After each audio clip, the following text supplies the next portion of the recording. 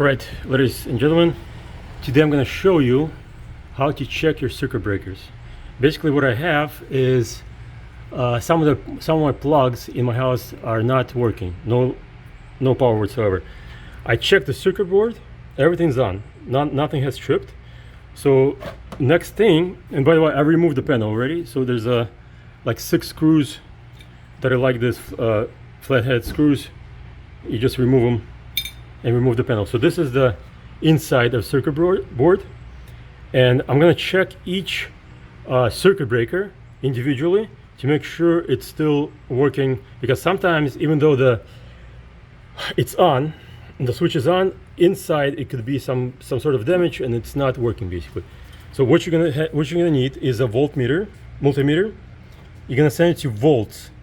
You can do 200 if you're checking for 120 volts, or you can do 500 if you're going to do 220.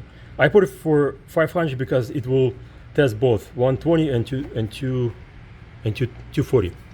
Okay, so here's what you're going to do. You're going to take the black one, and you're going to attach it to the white wires, just like that. That's the neutral.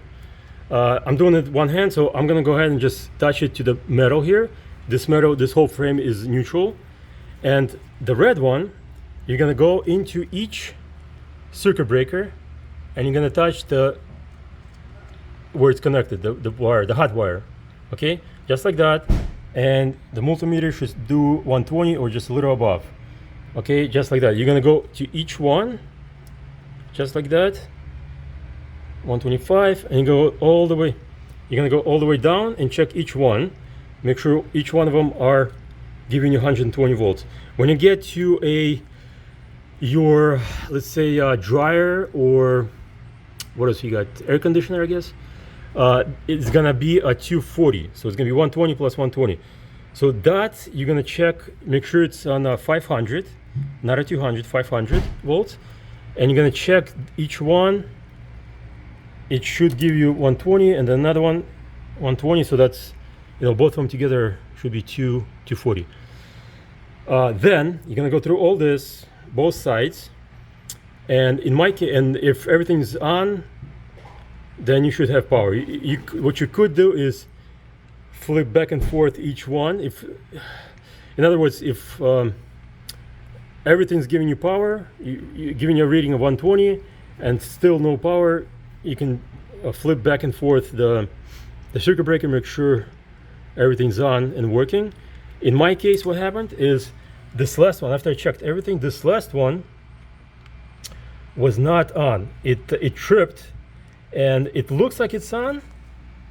It's an on position, but right here there's a little bit more room. Basically, it tripped. It's not all the way on.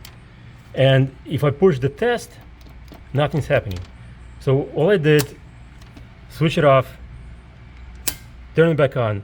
Now it's not moving, it's all the way on. And I go to check my power plug. Don't mind all the mess here. And basically this power plug was not on before, it tripped. And I have this little device, it's a plug tester. Both orange lights are on. 2 orange lights together tells you that it's correct. So that's it. You can get one of these at the hardware store to check all your plugs. That's it. That's the basic way to check your circuit breakers.